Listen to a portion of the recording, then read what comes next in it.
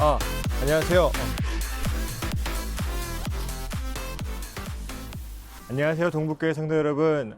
다시 우리 성서학당으로 이렇게 만나게 되었습니다. 지난주에는 제가 개인적인 일이 있어서 미처 영상을 준비할 수가 없는 상황이어서 영상을 내보내지 못한 거 너무나도 죄송합니다. 그래도 이제 새롭게 다시 한번 시작할 텐데 함께 응원해 주시고 또 함께 이 시간을 재미있게 잘 가셨으면 좋겠습니다. 오늘은 기독교의 심장이라고 하는 책의 두 번째 장에 있는 신앙에 대해서 한번 이야기해 보려고 합니다. 우리가 신앙생활 하면서 우리가 흔히 이런 표현들을 많이 쓰죠. 신앙이 있네.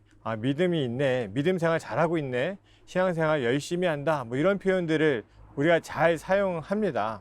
그런데 한번 생각해 보신 적 있나요? 내가 가지고 있는 신앙, 내가 행하고 있는 이 믿음, 이것이 정말 무엇인가? 내가 무엇을 믿고 있지? 내가 무엇을 신앙하고 있지? 이런 부분에 대해서 한번 곰곰이 생각해 보셨나? 이런 생각이 듭니다. 우리가 믿는다라고 하는 표현을 사용할 때에는요, 말 그대로 믿는 것을 표현할 때가 많이 있습니다. 예를 들면 하나님과 예수님과 성령님은 한 분이시래. 그런데 문제는 우리가 이러한 것에 대해서 정확하게 알 수도 없고 정말 하나 되었다라고 하는 것이 어떠한 것인지 사람의 표현으로는 뭔가 다 표현할 수 없는 그런 어려움들이 있죠. 그러다 보니까 사람들이 어떠한 생각을 갖게 되냐면요. 삼위일체가 정확하게 뭔지는 몰라도 그냥 하나님과 예수님과 성령님이 같은 분이래. 나의 머릿속에 이것이 이해가 가지 않더라도 그것을 내가 믿어. 나는 그것을 부정하지 않아. 나는 동의하고 있어. 라고 하는 것이 우리에게 믿음으로 자리 잡게 되었습니다. 그러니까 정말 우리가 하나님과의 관계 속에서 이 세상을 살아가는 이런 게 아니라 그러한 명제들에 갇혀서 그 명제를 내가 인정하면 마치 믿음이 더 있는 것처럼 신앙생활을 잘 하는 것처럼 여겨지는 그러한 문화들이 생겨나기 시작했습니다. 그래서 우리가 한 번쯤은 그런 이야기를 해보셨을 거예요. 내가 잘 믿지 못했는데 의심이 있었는데 어느 날 성령 충만하여서 믿게 되었다. 또 내가 언제 정확하게 믿었는지는 잘 모르겠지만 시간이 지나면서 자연스럽게 믿게 되었다 라고 하는 표현들 많이 사용해 보셨을 겁니다. 여기에 바로 전통적인 믿음에 대한 이해가 담겨 있는데요. 전통적인 믿음은 종교개혁 이후에 생겨나기 시작했습니다. 교회가 처음에는 핍박을 받고 아주 작은 공동체였지만 이제 시간이 지나고 로마의 국교가 되고 그 이후에 유럽 세계를 제패하게 되면서 사람들에게 신앙이라고 하는 것, 믿음이라고 하는 것을 무엇을 의미했냐면 정확하게 지켜지는 예배에 참석하는 것. 하나님을 믿니? 예수님을 믿니? 이런 것은 의미가 없었어요. 왜냐하면 중세시대는 당연히 기독교 문화가 기본으로 깔려 있었기 때문에 그런 건 당연하게 여겼고 나의 믿음과 신앙을 표현하기 위해서는 정확하게 절차대로 지켜지는 예배에 내가 참석하면 믿음이 있는 것으로 여겨졌습니다. 그런데 종교개혁 이후에 여러 가지 교단들이 생겨나게 됐죠. 그 교단에서 나름대로 특징적으로 우리가 이러한 것을 추구한다, 이런 것을 진리로 여긴다라고 하는 교리가 나타나게 되고요. 그 다음에 이 교리를 믿느냐, 믿지 않느냐에 따라서 믿음이 있느냐, 없느냐로 나누어지기 시작했습니다. 그래서 내가 이것이 증명이 가능하냐, 정말 내가 이것을 믿을만 하냐라고 하는 것이 중요한 게 아니라 그것이 내가 믿지 못할 이야기라 할지라도 믿으면 그것이 바로 믿음이 있는 것으로 여겨지는 상황이 오게 된 것이죠. 한국 교회에도 70년대, 80년대, 90년대까지만 해도 이러한 분위기가 너무나도 당연시 되게 되었습니다. 그러다 보니까 어떤 문제가 생기냐 하면요. 우리가 믿는다라고 하는 것 이외의 것들을 배척하기 시작합니다. 우리가 진리라고 생각했던 것 이외의 것들을 조금도 눈길을 주지 않으려고 하는 문제가 생기게 됩니다. 그러다 보니까 세상의 사람들과 대화가 안 되기 시작했고, 야, 이것은 교회의 문화고 교회의 신앙의 신비야 라고 이야기하기 시작했죠. 물론 우리가 이해할 수 없는 것, 정말 기적과 같은 일들은 일어날 수 있습니다. 그런데 세상과 이야기하고 싶지 않아서 내가 믿는다라고 하는 것을 제대로 표현할 방법이 없어서 이것은 신앙의 신비야라고 이야기하는 것은 도피하려는 모습밖에 안 되는 것이죠. 그렇게 할수록 더 배타적이고 세상과 멀어지게 되고, 우리가 나아가서 하나님의 영광을 드러내야 되고 그들에게 복음을 설득하고 진리를 전해야 되는데 그 자체가 시도할 수 없는 그러한 상황에 이르게 됩니다. 그래서 오늘의 이야기를 통해서 우리의 신앙의 범위를 좀 더 넓혀 보려고 해요. 우리가 그동안 신앙에 대해서, 믿음에 대해서 잘 생각해 보지 않아서 우리의 신앙이, 우리의 믿음이 어떠한 모습인지 잘 몰라요. 때로는 이러한 때는 저렇게 하고 저러한 때는 이렇게 하면서 마치 나의 신앙은 유연성이 있는 걸로 착각할 때가 있죠. 그러나 우리에게 필요한 것은 하나님과의 관계 속에서 나의 신앙과 믿음이 정립돼야 된다라고 하는 거예요. 자, 이제 우리의 신앙을 좀 더 넓혀보는 작업을 해보겠습니다. 제가 드리는 말씀은 저의 독창적인 것이 아니라 우리 성도님들이 신앙생활을 오래 하시면서 설교나 세미나를 통해서도 충분히 들어보셨을 이야기들입니다. 그것을 조금 더 정리해 보는 시간을 이제 갖게 되는 것이죠. 어느 날 베드로가 예수님과 함께 무리를 걷기를 원했습니다. 그래서 예수님께서는 오라고 말씀하셨고 베드로는 물 위를 걷게 되죠. 못 걸었던 게 아니라 걷게 됩니다. 그러나 물 위를 걷는다라고 하는 것, 여러분이 상상해 보시면 얼마나 두렵고 떨리겠습니까? 그러다 보니까 그의 마음에 두려움이 생기기 시작했고 물에 빠져들기 시작합니다. 이때 베드로가 해야 됐던 것은 무엇이었냐면 온전한 신뢰를 갖는 것이죠. 예수님께서 말씀하셨고 예수님께서 오라 하셨으니 그냥 가면 되는 겁니다. 우리의 신앙생활이라고 하는 것은 아주 큰 바다에 둥둥 떠 있는 것과 같습니다. 그 둥둥 떠 있을 때에 우리가 할 수 있는 것은 사실 별로 없죠. 우리가 아무리 노력해도 물결이 치는 대로 갈 수밖에 없습니다. 신뢰의 신앙이라고 하는 것은 그러한 상황 속에서 하나님께 모든 것을 맡기는 신앙입니다. 여러분들, 이 이야기 들으시면서 야, 당연한 이야기 아니야?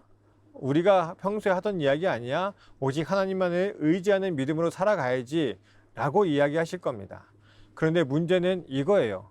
그럼에도 불구하고 왜 우리의 삶에 걱정과 근심과 염려가 있는가? 근심과 걱정과 염려가 있다라고 하는 이야기는 하나님을 온전히 신뢰하지 못했다는 이야기와 같은 이야기입니다. 씨를 뿌리지 않아도, 거두지 않아도, 곳간에 모아들이지 않아도 하나님께서는 하늘에 나는 새를 먹이십니다. 수고도 아니하고 길쌈도 아니하지만 들의 백합화는 하나님께서 입히시죠. 그들이 할 수 있는 것 아무것도 없었고 그들이 무언가 노력한다고 해서 농사를 짓거나 특별히 할 수 있는 것은 없었습니다. 그러나 하나님께서는 그러한 새와 들의 백합화도 먹이시고 입히신다. 그렇다면 오늘날 우리가 이 땅을 살아갈 때에 우리가 아무것도 하지 않아도 하나님께서 먹여주시고 입혀주신다라고 하는 것이 아니라 우리가 이 땅에서 열심히 살아가는데 그때 하나님께 온전히 맡겨 나아갈 수 있어야 된다라고 하는 거죠. 때로는 흉년이 와서 새가 많이 먹지 못할 수도 있습니다. 때로는 들의 백합화 옆에 잡초가 많이 자라서 멋있는 옷을 입지 못할 수도 있어요. 그러나 그것을 맡기고 나아가면 그 새는 그 시절을 살아나갈 것이고 그 들의 백합화는 당연히 그때를 잊고 지나갈 겁니다. 거기에 무엇을 입을까, 무엇을 먹을까 걱정할 필요가 없는 거죠. 우리의 신앙이 마치 이러해야 된다라고 하는 것을 우리 성도님들이 기억하시기를 간절히 바랍니다. 다시 한번 우리의 신앙을 넓혀보도록 하겠습니다. 이번에 말씀드릴 신앙의 모습은 충실한 신앙의 모습입니다. 좀 더 정확하게 이야기하면 신실한, 그리고 헌신적인 신앙입니다. 우리의 모든 것을 하나님 앞에 드릴 수 있어야 되는 것이고, 우리의 중심을 하나님께 온전히 드릴 수 있어야 되는 것이죠. 이것도 너무나 당연한 이야기 아니야? 라고 이야기하실 수 있습니다. 하지만 우리가 잘 아는 것처럼 헌신이라고 하는 것은 내가 무언가를 얻기 위한 작업이 아닙니다. 얻는 것이 없어도 때로는 손해를 본다 할지라도 그럼에도 불구하고 하는 것이 바로 헌신이지요. 성경에서는 헌신적인 신앙에 대해서 이렇게 말하고 있습니다. 내 마음을 다하고 생명을 다하고 뜻을 다해 하나님을 사랑해라. 우리의 모든 것을 하나님께 드리고 그 모든 것을 통해서 하나님의 사랑을 표현할 수 있어야 되는 것이죠.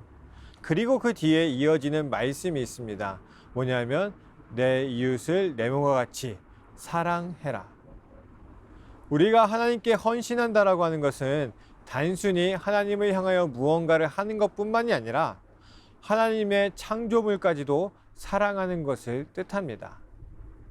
하나님의 창조물을 사랑하지 않고 어찌 하나님을 온전히 사랑하고 하나님께 헌신한다라고 이야기할 수 있겠습니까?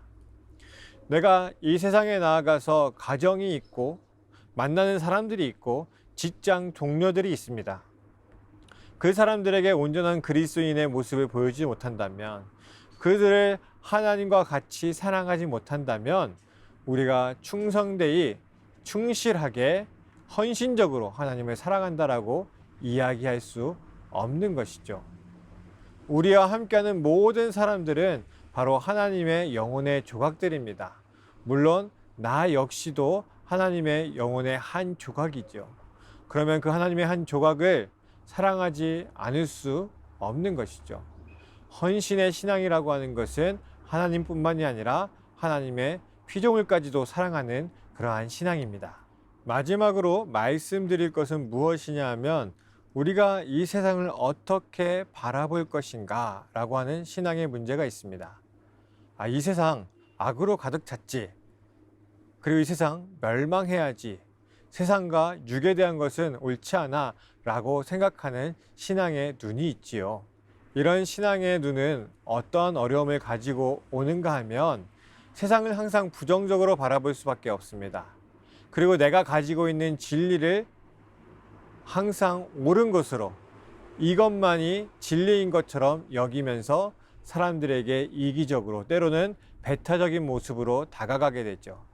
그리고 내 것을 믿지 않는 사람들을 잘못된 사람들로 여기면서 그들과 완전히 분리되려고 하는 모습을 가지게 됩니다. 두 번째로, 세상을 바라보는 눈은 세상은 그 어떠한 특성을 가지고 있지 않다라고 바라보는 거예요. 그래서 이곳에서 열심히 하면 뭔가 좋은 것을 이루어낼 수도 있지만 그렇지 않으면 악으로 가득 찰 수도 있다. 세상의 문제가 아니라 이 땅에 있는 사람들의 모습이 그것을 결정지을 것이다 라고 하는 것을 이야기하는 것이죠. 그런데 이런 신앙의 문제는 무엇이냐면요, 이런 신앙을 갖고 세상을 바꿔봐야지, 세상을 이겨낼 수 있어, 세상은 좋은 곳으로 변화될 수 있어 라고 생각하면서 무언가를 열심히 합니다. 그런데 문제는 그 한 사람의 힘이 너무 미약하다는 거예요. 그래서 세상을 변화시키려고 하지만 변화되지 않습니다. 이 세상에 힘을 가진 사람이 변화시키려고 해도 변화되지 않는 게 세상입니다. 그러면 소극적으로 변화될 수밖에 없고, 그래 나라도 열심히 해야지 라고 하는 이기적인 신앙으로 변화될 수밖에 없습니다. 어차피 내가 해서 안 되니까 나라도 잘 해야 된다라고 하는 생각을 갖게 되는 것이죠. 마지막으로 이 세상을 바라보는 신앙은 무엇이냐면 바로 하나님의 은혜의 장으로 보는 거예요. 하나님께서는 의인들이나 또 악인들이나 모두에게 똑같은 비를 내려주시는 분이시다.